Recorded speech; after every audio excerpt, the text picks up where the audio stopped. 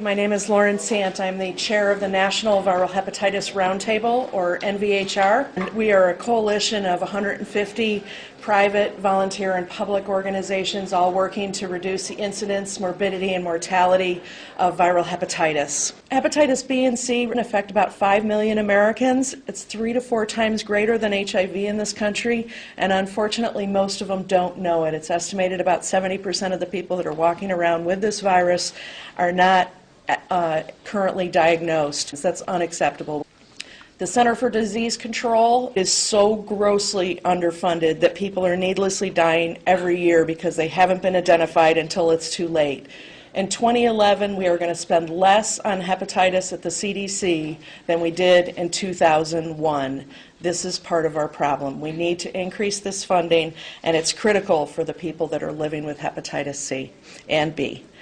If we don't have additional resources, more and more people are going to die, and the healthcare costs are going to continue to rise. I'm proud to be here today to put my face on the disease. And throughout 2009, I was on a robust course of treatment for hepatitis C. I'm pleased to announce today that my therapy is complete. I'm alive, I'm feeling good, I'm strong.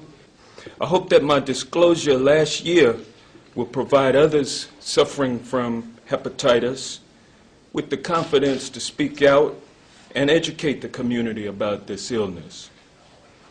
If you have viral hepatitis, you are not alone. It should be clear to everyone who is afflicted with this disease that you don't have to just give up on life.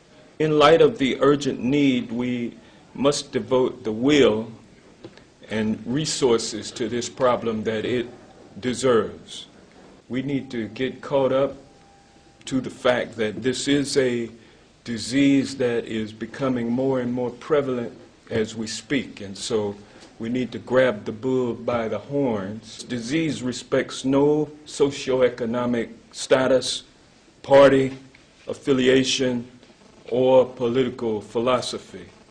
This is a fight that has only just begun, a fight for increased funding and awareness to reach literally millions of people who, without testing and treatment, will die. I'm one of the fortunate ones. I feel, why me?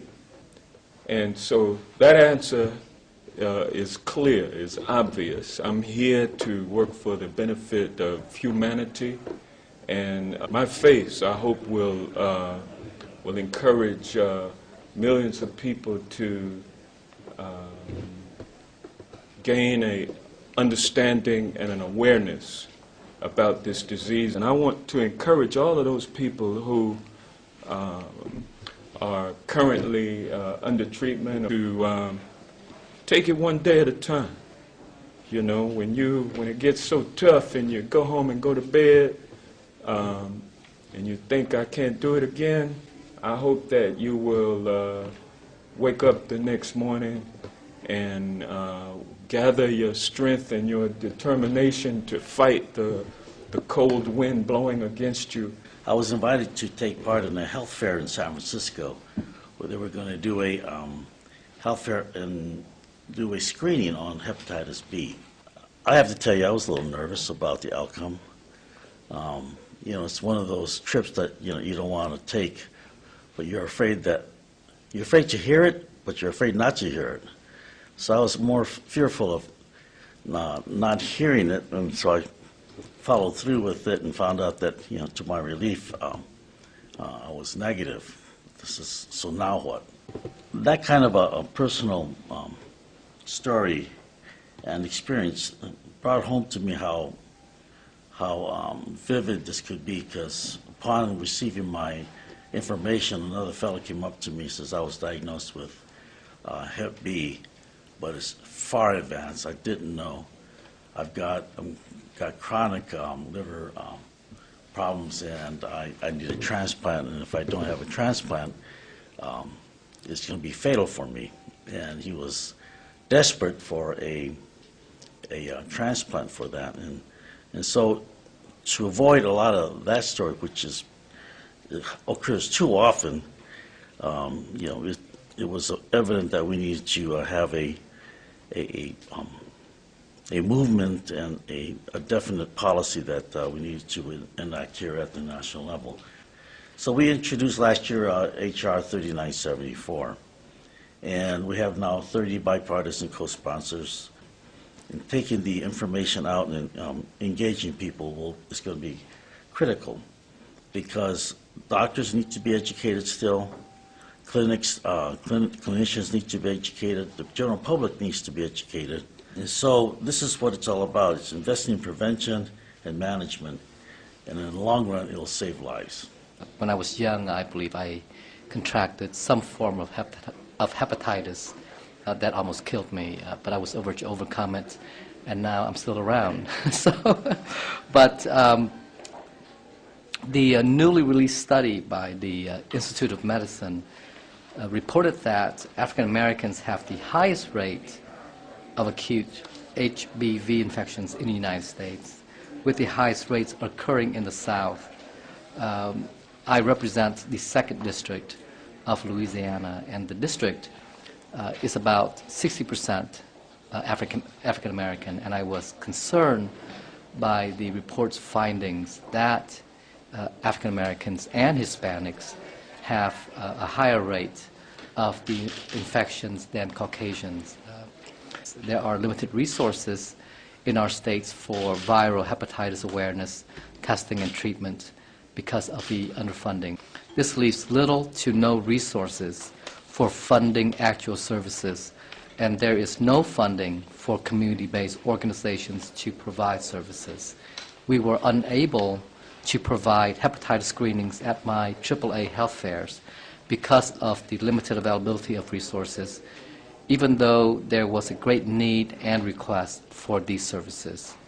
The IOM report highlights the grave disparity between limited resources and increased cases of viral hepatitis. It's a problem from hepatitis on a societal level. We all know that now the leading cause of liver transplantation is hepatitis C. One liver transplantation can cost $500,000. One person can blow out the insurance rate for a small group. The hepatitis B immunization programs have been fabulously successful. I'd like to think that one day I will not be getting emails from my nurse or from my nurse practitioner with whom I work because we're out of disease. But that time is yet to come. So this legislation is important. It will continue to define the epidemiology, continue to search for vaccines that are effective for hepatitis C, for cures that are effective for hepatitis B and C, more effective than what we have now, and perhaps even for cures for the prevention of the liver cancer that results from the cirrhosis from hepatitis C. My name is Andrew Muir, and I'm a hepatologist at Duke University in North Carolina. I have an active clinical practice, and I take care of patients with both hepatitis B and C at all stages of disease. And I've seen firsthand what can happen when hepatitis B and C are left untreated and undetected. It truly astounds patients to find out that one of these viruses has been living in them quietly for years and years, causing so much damage. The patients and their families are left with so many questions. How did it happen? How could it be there for years and I did not feel it? How did I not notice it? Why did my doctors not detect it sooner? The ultimate answer is that hepatitis B and C are very silent for most patients for many years. And if we wait until patients have symptoms, then we have waited way too long. The costs associated with treating these diseases are only going to balloon. The Milliman report estimates that without federal funding, the costs associated with hepatitis C alone will reach $85 billion annually by 2024. I want to emphasize that it doesn't have to be this way. We have a clear public health problem here. The hepatitis community is organized and aligned to address it now. Now we need Washington to act and follow the fine leadership of these distinguished members of Congress that you saw today. I can only hope that more of their colleagues will follow their example. We really cannot afford to wait. With every passing year, I have more and more patients presenting to our clinics with cirrhosis and liver cancer, wondering how this could be. It does not have to be this way, and it should not be this way. And we urge Congress to help to change the future for my future patients.